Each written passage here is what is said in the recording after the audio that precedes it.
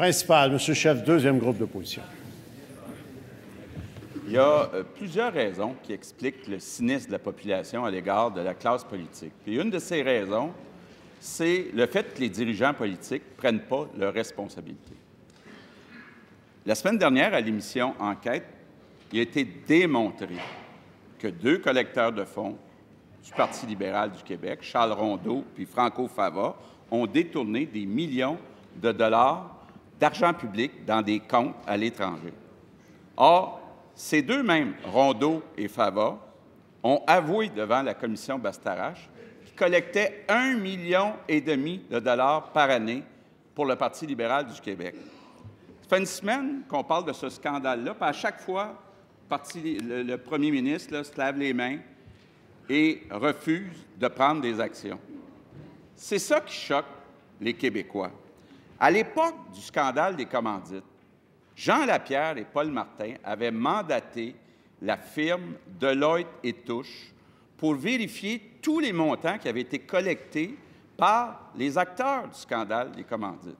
Donc, est-ce que le premier ministre va faire le seul geste honorable qu'il doit poser, c'est-à-dire commander une vérification de tous les montants qui ont été collectés par Fava et Rondeau pour le Parti libéral pour identifier les retours d'ascenseurs frauduleux?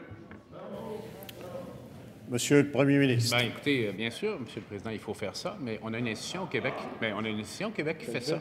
Pas besoin d'en créer 2, là. On a le directeur général des élections du Québec qui est en train de réviser toutes les contributions politiques de tous les partis. Il le sait, il a lui-même reçu des réclamations. L'opposition officielle, nous également. Nous, en tout cas, on a fait des remboursements. Je ne sais pas les autres partis où ils en sont.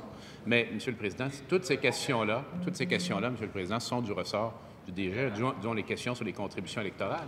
Si des contributions électorales sont jugées irrégulières pour quelque raison que ce soit, on l'a déjà dit, on le répète, on procédera au remboursement réclamé par le directeur général des élections. Pourquoi il veut créer une autre institution? Ce n'est pas nécessaire. On en a une qui est indépendante. Il va même donner le pouvoir de retourner. Première complémentaire, Monsieur le chef du deuxième groupe d'opposition. Monsieur le Président, ce n'est pas le mandat du DGEQ, ni de l'UPAC, ni du VG d'aller examiner les montants qui ont été collectés pour voir s'il y a des retours d'ascenseurs au Parti libéral. Monsieur le Président, est-ce que le premier ministre comprend pourquoi les Québécois sont en colère? Parce qu'il n'a pas fait le ménage dans les comptes du Parti libéral. Est-ce que le premier ministre va faire comme Jean Lapierre et Paul Martin, faire une enquête sur tous les montants collectés? Monsieur le premier ministre. Alors, c'est fait, Monsieur le Président, avant même que le collègue nous le demande, parce qu'on a donné plus de pouvoir au directeur général des élections pour revenir plus loin en arrière et faire toutes les réclamations nécessaires.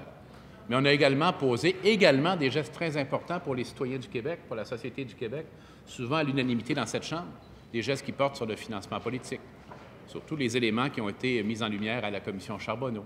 On a également devant nous des projets de loi adoptés ou qui doivent être adoptés pour continuer à donner suite aux recommandations du commission Charbonneau.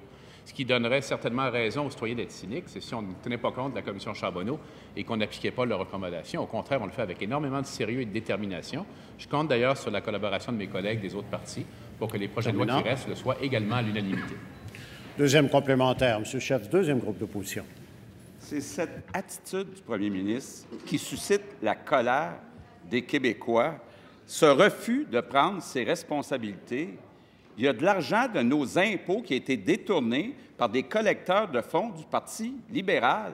Est-ce qu'il y a un ou une députée qui va se lever pour dire à son chef, là, ça va faire, on va faire le ménage dans l'argent qui a été collecté par des voleurs? S'il vous plaît, Monsieur le premier ministre. C'est un petit peu grave. C'est juste un petit peu grave. Là, il y a du monde qui ne sont pas passés en cours encore. Bon. Mais moi, je pense... Ah, ben non. Ben non. Fais dérailler à la preuve, c'est bon. Monsieur le Président, moi, évidemment, chacun est libre d'interpréter l'opinion publique comme il se doit. Puis c'est encore plus important suite aux événements américains. Mais je pense que ce qui fâche également beaucoup de citoyens, c'est l'attitude du chef de la deuxième opposition, qui est une attitude qui complètement bafoue nos institutions et qui dit, nous, on va s'occuper de nous autres. Moi, le chef de la deuxième opposition, je vais décider qui c'est qui est coupable. Il a mentionné un mandat. C'est certain, Monsieur le Président, il nous dit, c'est tout irrégulier, ça, c'est pas correct.